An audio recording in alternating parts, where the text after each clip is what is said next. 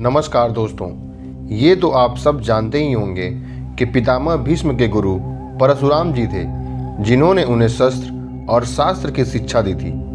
भीष्म को उनकी प्रतिज्ञा के लिए जाना जाता है। वह एक महान योद्धा भी थे। वो हस्तिनापुर के राजा शांतनु की पहली संतान थे। ये तो शायद आप सब जानते हों और ये भी जानते होंगे कि उन्होंने शादी न करने की भी प्रतिज्ञा ली थी। लेकिन आप में से बहुत कम लोग ही जानते होंगे कि उनकी ये प्रतिज्ञा टूटने वाली थी उनके गुरु परशुराम की वजह से। तो आज हम उसी के बारे में जानेंगे इस वीडियो के माध्यम से। तो चलिए शुरू करते हैं। महाभारत की कहानी के अनुसार भीष्म के गुरु परशुराम थे। एक बार भीष्म की आजीवन अविवाहित रहने की प्रतिज्ञा के कारण परशुराम से उनका युद्ध हो गया था। भीष्म और परशुराम के बीच यह युद्ध 21 दिनों तक चला था। अंत में अपने गुरु परशुराम की एक बात सुनकर भीष्म ने बिना किसी नतीजे के रणभूमि छोड़ दी थी। आइए विस्तार से जानते हैं कि भीष्म और परशुराम के युद्ध की कहानी। महाभारत में भीष्म को अपनी प्रतिज्ञा के लिए याद रखा जाता है। भीष्म ने विवाह न करने की प्रतिज्ञा ली थी। इस कारण ही भीष्म हस्तिनापुर के राज सिंहासन पर कभी विराजमान नहीं हो पाए।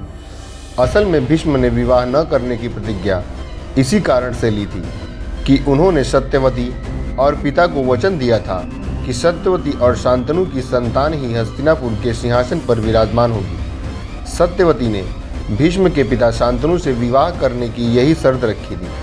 ऐसे में पिता के प्रेम में भीष्म ने विवाह न करने की प्रतिज्ञा ले ली।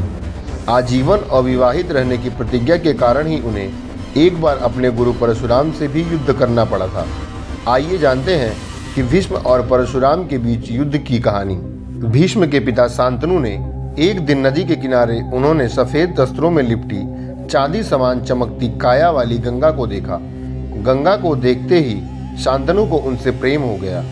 ऐसे में गंगा ने शांतनु से विवाह करने की इच्छा जाहिर की। गंगा राजा शांतनु से विवाह करने के लिए राजी तो हो गई थी, लेकिन साथ ही उन्होंने एक शर्त रखी थी कि विवाह के बाद राजा शांतनु गंगा के किसी भी कार्य में हस्तक्षेप नहीं करेंगे। महाराजा शांतनु गंगा की बात मान गए। गंगा और शांतनु का विवाह हो गया। इसके बाद गंगा के गर्भ में महाराज शांतनु की 8 संतानें हुई। गंगा ने 7 संतानों को एक एक करके पानी में बहा दिया। लेकिन जब गंगा 8वीं संतान को पानी में बहाने गई तो राजा शांतनु ने उन्हें रोक दिया। यह देखकर गंगा ने कहा, महाराज, यह आपने क्या किया? मैंने आपसे कहा था कि आप मेरे किसी कार्य में हस्तक्षेप नहीं करेंगे। अब इस संतान को इस धरती का दुख उठाना होगा। अब मैं आपके साथ नहीं रह सकती।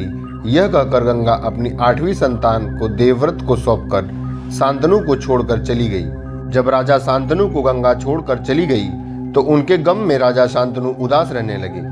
उनका मन राजवंश के कार्यों में नहीं लगता था। एक दिन शांतनु वन में विहार करने गए थे। वहां वन में उन्होंने सत्यवती नामक कन्या को देखा। इतने वर्षों में राजा शांतनु को कोई इतना अच्छा लगा था। राजा शांतनु सत्यवती से विवाह करना चाहते थे, लेकिन सत्यवती के पिता ने राजा के बारे में जानकर एक शर्त रखी थी।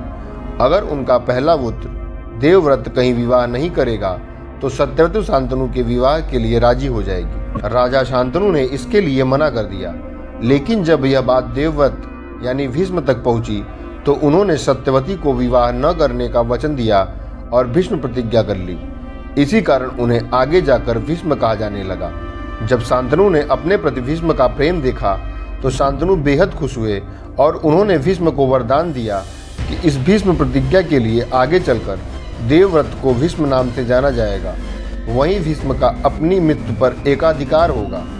इसका अर्थ था कि शांतनु ने अपने पिता भीष्म को इच्छा मृत्यु का वरदान दिया। इस वरदान के अनुसार भीष्म की मृत्यु तब तक नहीं हो सकती जब तक वे नहीं चाहते। देवव्रत ने व्यक्तिगत जीवन से ध्यान हटाकर अपना पूरा ध्यान युद्ध कला और पराक्रम बढ़ाने में लगा दिया। इस क्रम में भीष्म ने अपना गुरु भगवान परशुराम को बना लिया। भगवान परशुराम ने एक बार भीष्म को चुनौती देते हुए कहा कि अगर परशुराम भीष्म को युद्ध में हरा देंगे तो गुरु दक्षिणा के रूप में भीष्म अपनी विवाह न करने की प्रतिज्ञा को तोड़ देंगे और किसी सुकन्या से विवाह करके राजकाज में हिस्सा लेंगे। गुरु दक्षिणा की बात सुनकर भीष्म राजी हो गए और इसके बाद भीष्म और परशुराम के बीच भीषण युद्ध चलने लगा। दोनों के बीच 21 दिनों तक द्वंद्व युद्ध चला। भगवान परशुराम कई अस्त्र शस्त्र के ज्ञानी थे, लेकिन भीष्म को नहीं हरा पाए। अंत में जब युद्ध का कोई नतीजा नहीं निकल पाया तो गुरु परशुराम के कहने पर भीष्म रणभूमि को छोड़कर चले गए। परशुराम ने कहा कि ये युद्ध नहीं छोड़ सकते, इसलिए अगर भीष्म गुरु दक्षिणा ही देना चाहते हैं तो वो युद्ध छोड़कर बीच में चले जाएं। गुरु के मुख से इस बात को सुनकर भीष्म युद्ध भूमि को छोड़कर चले गए। इस तरह भीष्म अपनी प्रतिज्ञा पर डटे रहे।